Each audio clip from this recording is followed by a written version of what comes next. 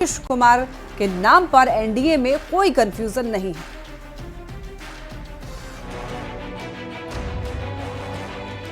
दो 2025 में होने वाले बिहार विधानसभा चुनाव में भले ही अभी 8 से 10 महीनों का समय हो, बिहार चुनाव को लेकर एनडीए की तैयारी चल रही है। दिल्ली में बीजेपी अध्यक्ष जेपी नड्डा के आवास पर एनडीए नेताओं की बड़ी बैठक हुई। बैठक में केंद्रीय गृह मंत्री अमित शाह के साथ साथ जेडीयू कोटे के मंत्री ललन सिंह, केंद्रीय मंत्री जीतन राम मांझी, आरएलएम के उपेंद्र कुशवाहा सहित कई दूसरे नेता भी मौजूद रहे। बीजेपी अध्यक्ष जेपी नड्डा के आवास पर एनडीए नेताओं की बैठक हुई। आप देख सकते हैं करीबन आधे घंटे से ज्यादा ये जो है एक बैठक हुई। बैठक में एनडीए नेताओं के बीच में किस तरह से समन्वय हो, विषयों को लेकर चर्चा हुई। बैठक की अगर बात करें तो जेपी नड्डा के साथ साथ केंद्रीय गृह मंत्री अमित शाह। इस बैठक से साफ हो गया कि नीतीश कुमार के नाम पर एनडीए में कहीं कोई कंफ्यूजन नहीं है। यहां तक कि बैठक वाले दिन ही केंद्रीय कपड़ा मंत्री गिरिराज सिंह ने नीतीश कुमार के लिए भारत रत्न की मांग कर कोई कोर कसर नहीं छोड़ी। वर्षों तक सेवा की ऐसे व्यक्ति को देश में पुरस्कृत करने की जरूरत है, चाहे जिस भी पद से स्वीकार किया जाए। भारत रत्न जैसे चीजों से नवाजा। बैठक में सरकार की नीतियों को धरातल पर उतारने पर चर्चा के साथ साथ एनडीए में और बेहतर समन्वय पर बातचीत हुई। तय हुआ कि एक कैबिनेट और एक राज्य मंत्री सांसदों के साथ समन्वय करेंगे। अगर कोई कंफ्यूजन हुआ तो उसे दूर करेंगे।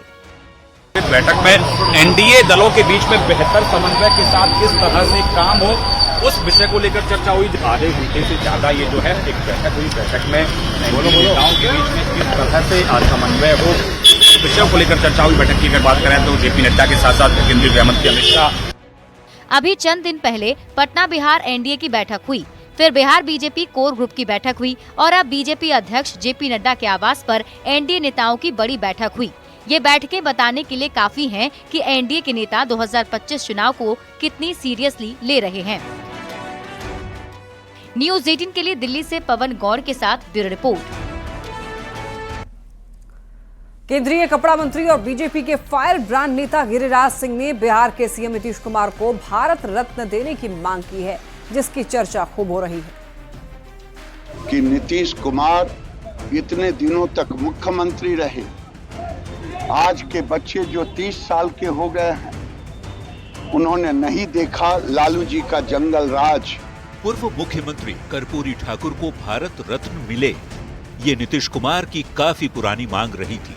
इसी साल ये मांग पूरी हुई, कर्पूरी ठाकुर को भारत रत्न दे दिया गया है और अब नीतीश कुमार को भारत रत्न देने की मांग उठने लगी है। ये मांग की है केंद्रीय मंत्री और बीजेपी नेता गिरिराज सिंह ने। ऐसे व्यक्ति को देश में पुरस्कृत करने की जरूरत है, चाहे जिस भी पद से स्वीकार किया जाए।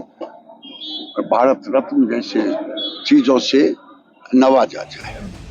गिरिराज सिंह की ओर से नीतीश कुमार को भारत रत्न की मांग के समर्थन में एनडीए की पूरी फौज उतर आई है। एक सुर में एनडीए के नेताओं ने नीतीश के लिए गिरिराज सिंह के बयान का समर्थन किया है। जो मांग गिरिराज जी ने किया है, भारतीय जनता पार्टी उसका पूर्ण समर्थन करती है। गिरिराज सिंह जी की मांग बिल्कुल जायज है। नीतीश कुमार ने जिस जंगल राज और कुव्यवस्था से बिहार को निकालकर यहाँ तक लाया है, उसके लिए नीतीश कुमार को भारत रत्न मिलना ही चाहिए। नीतीश कुमार जी से बेहतर इस उपाधि के लिए कोई हकदार नहीं हो सकता। हालांकि नीतीश के लिए गिरिराज सिंह की ओर से भारत रत्न की मांग का आरजेडी के नेता कुछ और ही राजनीतिक एंगल निकाल रहे हैं। भारत रत्न, नोबेल पुरस्कार सब देंगे, लेकिन चुनाव के बाद फिर महाराष्ट्र में शिंदे जी की तरह नीतीश जी को भी कुर्सी से बेदखल करेंगे। ये पहला मौका है जब बीजेपी के किसी नेता ने नीतीश कुमार को भारत रत्न देने की मांग की है। इससे पहले जेडीयू के राष्ट्रीय कार्यकारी अध्यक्ष संजय झा और जेडीयू नेता छोटू सिंह नीतीश कुमार को भारत रत्न देने की मांग कर चुके हैं। ये मांग तब हो रही है जब अगले साल बिहार में विधानसभा के चुनाव होने हैं और मांग उठाने वाले हैं गिरिराज सिंह, जो कभी नीतीश कैबिनेट में रहते हुए नीतीश कुमार के आलोचक माने जाते थे और खुलकर अपनी बातें कहते थे। हालांकि लंबा वक्त गुजर चुका है, नीतीश और बीजेपी अब एक साथ हैं और नीतीश बिहार के मुख्यमंत्री हैं तो गिरिराज सिंह केंद्र में मंत्री। न्यूज़ 18 के लिए बेगूसराय से संतोष कुमार और पटना से विनीता मिश्रा के साथ ब्यूरो रिपोर्ट।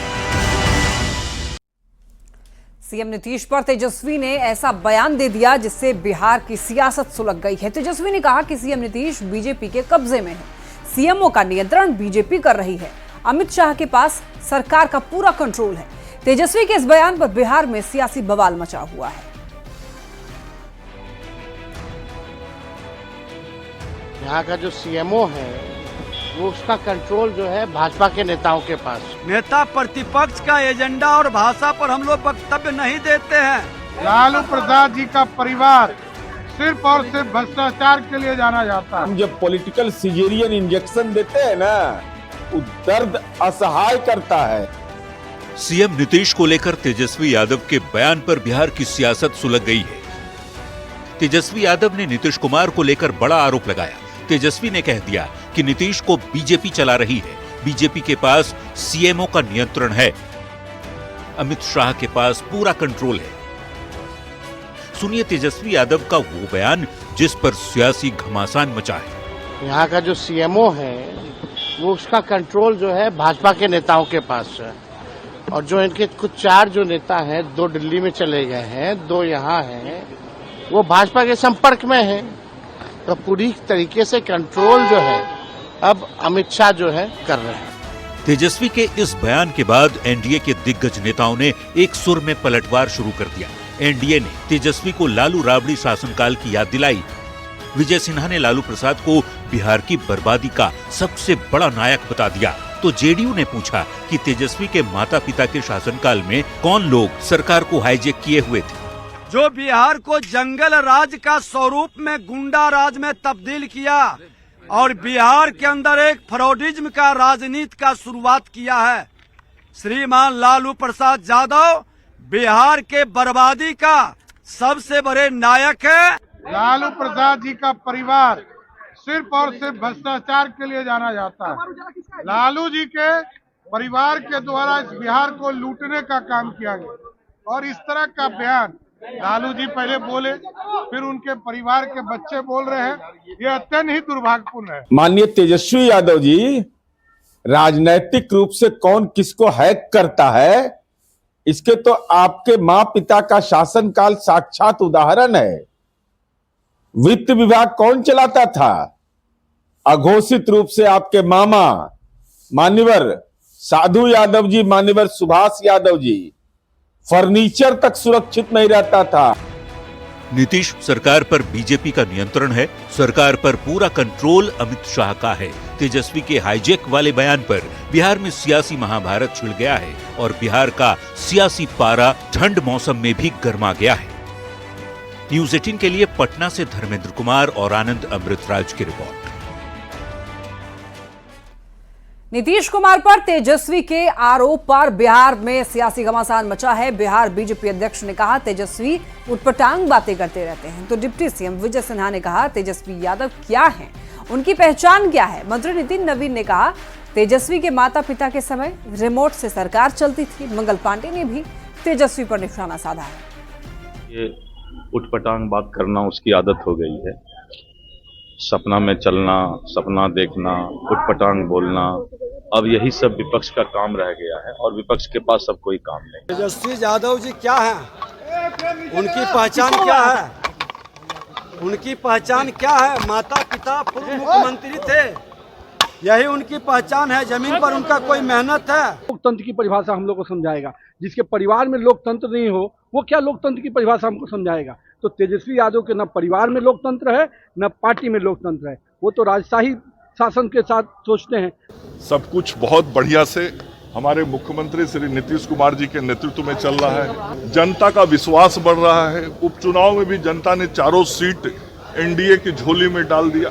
तो इन सारे कारणों से उनके पेट में दर्द हो रहा है। अब उस दर्द की दवा तो उन्हें ही खोजनी पड़ेगी। इस दर्द की दवा तो हम लोगों के पास है नहीं।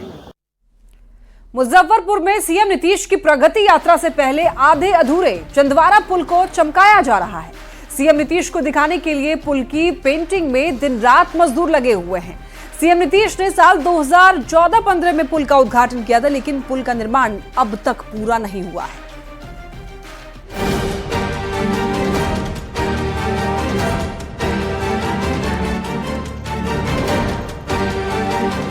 पुल के डेंटिंग पेंटिंग की ये तस्वीरें हैं मुजफ्फरपुर के चंदवारा घाट की। पुल अधूरा है, लेकिन इस अर्धनिर्मित पुल को सफेद पेंट से चमकाया जा रहा है। बूढ़ी गंडक नदी पर बने अर्धनिर्मित पुल की रंगाई का काम मजदूर दिन रात लगकर कर रहे हैं। इस पुल के निर्माण में 11 साल में 45 करोड़ खर्च हो गए हैं, लेकिन इस पुल का निर्माण पूरा नहीं हो पाया।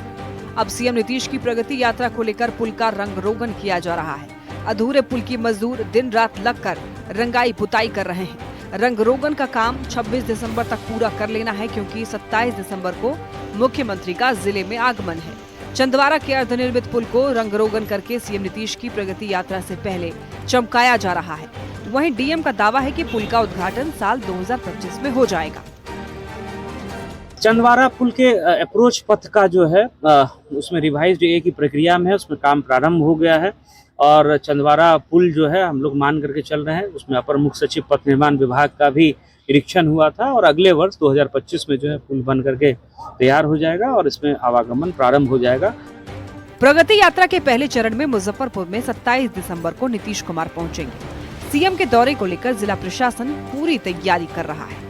अर्धनिर्मित चंदवारा पुल का शिलान्यास मुख्यमंत्री नीतीश कुमार ने साल 2014-15 में किया था और इस चंदवारा का पुल को साल 2018 तक पूरा कर लिया जाना था, लेकिन साल 2024 बीतने वाला है और ये पुल अभी तक पूरा नहीं हुआ है। अब सीएम नीतीश को दिखाने के लिए अधूरे पुल का तेजी से रंग रोगन हो रहा है। न्यूज़ 18 के लिए मुजफ्फरपुर से संवाददाता प्रियंक सौरभ की रिपोर्ट। भागलपुर में शराब माफियाओं ने एक परिवार पर कहर बरपाया। परिवार का कसूर इतना था कि शराब के धंधे की सूचना परिवार वालों ने पुलिस को दे दी। आखिर बिहार में शराब माफिया इतने बेखौफ कैसे हैं?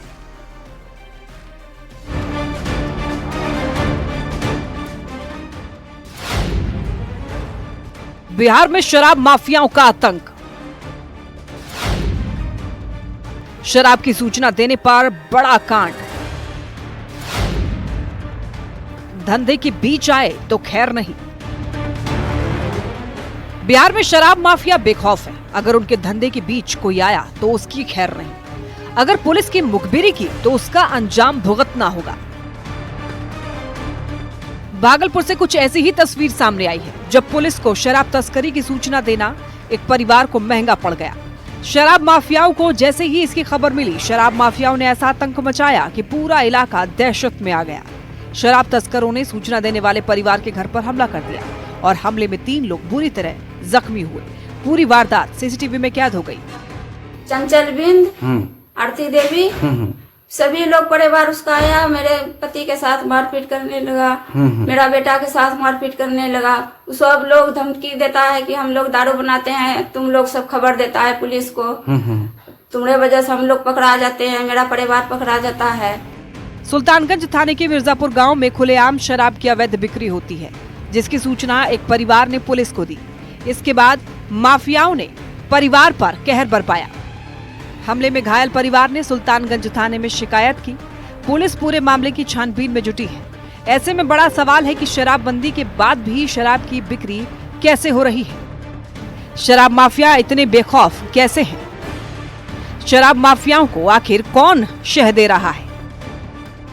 प्रशासन के नाक के नीचे आखिर शराब की बिक्री कैसे हो रही है? न्यूज़ 18 के लिए भागलपुर से विकास कुमार सिंह की रिपोर्ट।